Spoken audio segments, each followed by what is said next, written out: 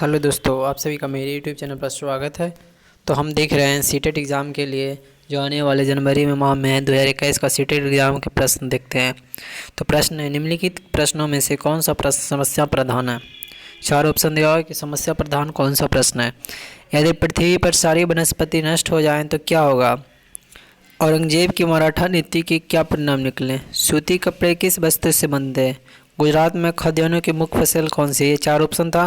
तो इसमें से कौन सा प्रश्न समस्या समाधान है। तो इसका आंसर कौन सा होगा। ए, ऑप्शन नंबर ए। यदि पृथ्वी पर सारी वनस्पति नष्ट हो जाए तो क्या होगा। यही समस्या प्रधान है। अगला प्रश्न है, छात्रों को पहले समस्या नियम बताकर उसके बाद उस नियम छात्रों को क्या करने का। सबसे पहले कोई समान नियम बताकर उसके बाद उस नियम के उदाहरण देखकर नियम की पुष्टि करने की विधि को हम क्या बोलते हैं। आपको बताना है कि इसमें से पहले क्या होता है, कुछ नियम बता दिया जाता है, उसके बाद उदाहरण से हम उसको क्या करते हैं, नियम की पुष्टि करते हैं, तो इसको निगमन विधि बोलते हैं। और आगमन विधि में सीधे उल्टा होता है, पहले उदाहरण देते हैं फिर नियम की तरफ चलते हैं। लेकिन निगमन विधि में पहले हम नियम बताते हैं उसके बाद उदाहरण की तरफ चलते हैं। तो हम अगले प्रश्न की बढ़ते हैं। अगला प्रश्न, किसी पाठ को पढ़ाने में शिक्षक को सबसे अधिक प्रश्न किस चरण में पूछना चाहिए। किसी पाठ को पढ़ाने में शिक्षक को सबसे अधिक प्रश्न किस चरण में पूछना चाहिए।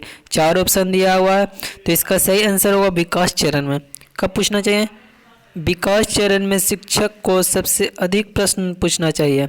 Option number C is the right answer. अगला प्रश्न है, छात्रों को निर्णय लेने की स्वतंत्रता कहाँ तक होनी चाहिए। चार ऑप्शन दिया है, आपको इसका सही आंसर बताना है। तो इसका सही आंसर ऑप्शन नंबर है, जहाँ तक उसका निर्णय स्कूल के नियम एवं सिद्धांतों से न टकराए। इसका राइट आंसर ए होगा ऑप्शन का। अगला प्रश्न हमारा, छात्रों को तत्कालिक प्रेरणाएं प्राप्त हो सकती है। तो छात्रों को तत्कालिक प्रेरणा प्राप्त कैसे हो सकती है। आपको चार ऑप्शन दिया है, इसका सही आंसर बताना। तो इसका सही आंसर ऑप्शन नंबर सी, छात्रों को पुरस्कृत करके तत्कालिक प्रेरणा को प्राप्त किया जा सकता है। अभी प्रेरणा इसी से भी मिलती है। तो इसका answer number option number C हुआ।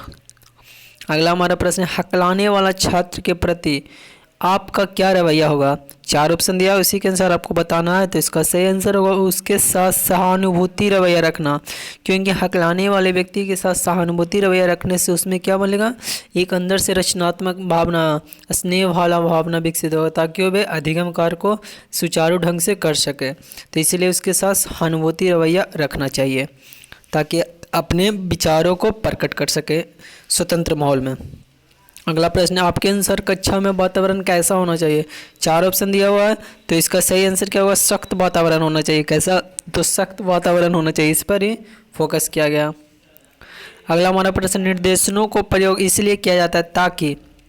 चार ऑप्शन दिया हुआ है, आपको सही बताना, यानी सभी छात्र अमूर्त विचार को भली भांति समझ सके। क्या, छात्र अमूर्त विचार को भली भांति समझ सके। समझ ले, छात्रों को ध्यान अन्यत्र न हो, मतलब इधर उधर बेकार में ध्यान भटके नहीं, पाठ विषय में छात्रों की रुचि बने रहे, इसलिए निर्देशनों का प्रयोग इसलिए किया जाता है। ठीक ना। अगला हमारा प्रश्न, निम्नलिखित में से किस अवस्था में बच्चे अपने समवयस्क समूह का सक्रिय सदस्य हो जाता है। चार ऑप्शन दिया हुआ है, तो इसका सही आंसर हो किशोरावस्था में। किशोरावस्था में बच्चे क्या होते हैं, अपने समवयस्क समूह के सक्रिय सदस्य बन जाते हैं। अगला हमारा प्रश्न है, किशोर खालिस्तान का अनुभव कर सकते हैं। 170 का बताना है। तो इसका चार ऑप्शन दिया हुआ है, तो किशोर दुश्चिंता और स्वयं से सरकार का अनुभव कर सकते हैं, यानी ऑप्शन नंबर डी इसका सही है। हमारा अगला प्रश्न है, छात्रों में मौखिक अभिव्यक्ति को विकास करने का तरीका क्या है। चार ऑप्शन दिया है, तो परिचर्चाओं का आयोजन करके, भाषण प्रतियोगिता का आयोजन करके, अंतराक्षरी का आयोजन करके। ये सारे परिचर्चाओं का आयोजन करके, भाषण का आयोजन करके, अंतराक्षरी का आयोजन करके। अगला हमारा प्रश्न है, सतत एवं व्यापक मूल्यांकन में निम्नलिखित में से किसका मूल्यांकन नहीं किया जाना चाहिए। जो सतत और व्यापक मूल्यांकन में से हमें किसका मूल्यांकन नहीं किया जाना चाहिए। चार ऑप्शन दिया हुआ है, आपका इसका सही आंसर बताना है। तो इसका छात्रों की सामाजिक आर्थिक स्थिति से इसका मूल्यांकन नहीं किया जाना चाहिए, बाकी उससे रिलेटेड है जो मूल्यांकन करना चाहिए। अगला प्रश्न है, परिचर्चा विधि कक्षा शिक्षण में बहुत कारगर हो सकती है यदि आपको 4 ऑप्शन दिया है, उसी का आंसर बताना। यदि चर्चा का विषय विद्यार्थियों को पहले बता दिया जाए कि आप हम इस टॉपिक पर परिचर्चा करेंगे, जैसे समावेशिक शिक्षा पर हमको परिचर्चा करना है, ताकि बच्चे इसके लिए तैयार हो जाएं, फिर उस पर परिचर्चा करें, तब जाके कारागार होगा शिक्षण। अगला हमारा प्रश्न है, कक्षा के प्रति कमज़ोर छात्रों के लिए अध्यापक को क्या करना चाहिए? तो अध्यापक को क्या करना चाहिए? खाली समय में उनकी मदद करना चाहिए। जो कमज़ोर छात्र हैं उनको अध्यापन में क्या करना, उन्नति करने के लिए उनको समय देना चाहिए एक्स्ट्रा। तो हम अगले प्रश्न की तरफ हम बढ़ते हैं। शैशव काल की अवधि कितना है? 4 ऑप्शन दिया हुआ, आपको सही आंसर बताना है। तो इसका जन्म से 2 वर्ष के लिए कितना है? जन्म से 2 वर्ष, यानी ऑप्शन नंबर ए। अगले प्रश्न की तरफ बढ़ते हैं। पत्रिकाएं पढ़ने से क्या होती है? 4 ऑप्शन दिया हुआ है। तो इसमें उपयुक्त दोनों, यानी सामयिक विषयों एवं घटनाओं की जानकारी होती है, सही है। अध्ययन में की आदत का विकास होता है, यानी दोनों ऑप्शन सही है। हालांकि क्या आपके विचार से वार्षिक परीक्षाएं में सभी छात्रों को पास कर दिया जाना है? 4 ऑप्शन दिया हुआ है। तो इसमें आंसर होगा जी नहीं, इससे पूरी शिक्षा व्यवस्था आगे चलकर ध्वस्त हो जाएगी, इसलिए पास नहीं कर देना चाहिए। क्योंकि उसके परीक्षा क्या है? मूल्यांकन, एक तरह से मूल्यांकन। आपने जो पढ़ा, आपने जो साल भर में जो पढ़ा, उससे ही संबंधित आपका जो जांचने का तरीका है, या आपने क्या ग्रहण किया। यदि आप इसी को आप ख़त्म कर देंगे तो बच्चा तो नहीं भी कुछ पढ़ेगा तब भी पास हो जाएगा। इस तरह उनके उद्देश्य को, जो पाठ्यक्रम बनाया गया है, जो इसका उद्देश्य है, उसको पूर्ति संभव नहीं है। आप किस छात्र को श्रेष्ठ मानते हैं? 4 ऑप्शन दिया हुआ। जो शिक्षा ग्रहण करने में अध्ययन में रुचि रखता हो, जो क्या करता है? शिक्षा ग्रहण करने में अध्ययन में रुचि रखता हो, यानी ऑप्शन नंबर सी। अगला हमारा प्रश्न है, कहा जाता है शिशु एक कोरी स्लेट होता है, इसका क्या अर्थ है? तो इसका अर्थ क्या है? उसे इच्छा अनुसार गढ़ा जा सकता है, मतलब एक खाली स्लेट की तरह है, जिसमें कुछ भी खाली स्लेट में क्या करते हैं? कुछ भी लिख सकते हैं ना, मिटार के भी लिख सकते हैं। स्लेट में आप, लेकिन कॉपी में मिटार के लिखते हैं? नहीं लिखते हैं।